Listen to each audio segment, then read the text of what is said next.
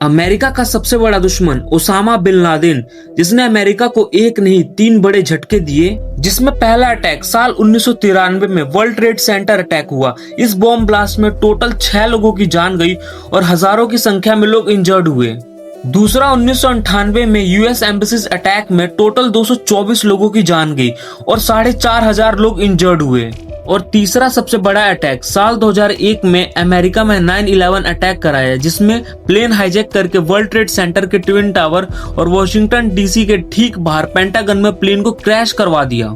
America ने Osama bin Laden को मारने के लिए ऑपरेशन नेपच्यून स्पीयर बनाया, जिसने ओसामा बिन लादेन को पाकिस्तान के एबटाबाद शहर में मारा।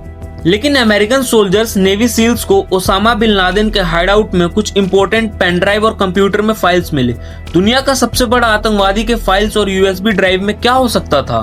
CIA को ओसामा के फाइल्स और ड्राइव में कुछ शॉकिंग बातें पता चली। सबसे पहले ओसामा के फाइल्स ड्राइव में पोर्न फिल्म और पोर्नोग्राफिक वीडियो गेम मिले, जो ओसामा की फैंटेसी थी।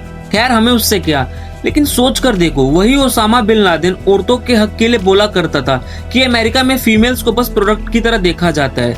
उसे ये सब देखना चाहिए।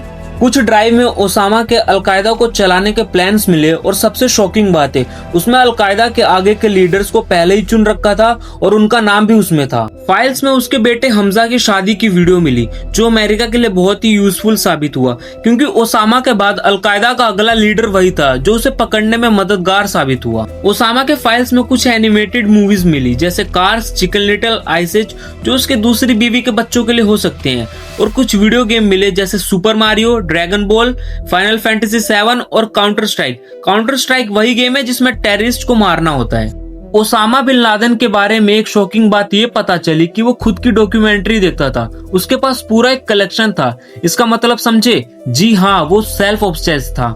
वो खुद पर बनी बायोग्राफी ओसामा बिन लादेन और एक documentary where in the world Osama bin Laden देखा करता था। ऑपरेशन नेपच्यून स्पीयर में सील्स को सिर्फ 30 मिनट दिया गया था, लेकिन उसके सामान और फाइल्स की वजह से इस ऑपरेशन को 10 से 15 मिनट तक एक्सपेंड किया गया। ओसामा बिन लादेन अमेरिका से हेट इसलिए करता था क्योंकि वो सऊदी अरब का था, और सऊदी अरब के कुछ अटैक में अमेरिका ही सऊदी अरब का साथ दिया। अपनी कंट्री के मामलों में वेस्टर्न कंट्री का होना ओसामा बिन लादेन को पसंद नहीं आया। ओसामा के मौत के बाद अफगानिस्तान में अमेरिका ने एक बार वेरीफाई किया कि ये बॉडी ओसामा की है, और मुस्लिम तौर तरीकों के साथ उसकी बॉडी को पानी में दफना दिया गया। क्योंकि उसके फैन फॉलोअर्स ज्यादा थे तो उसकी बॉडी कोई ढूंढने ना लगे, इसलिए उसकी बॉडी को समुद्र की गहराई में पहुंचा दिया। अगर वीडियो आपको इन्फॉर्मेटिव लगी हो तो सब्सक्राइब जरूर करना।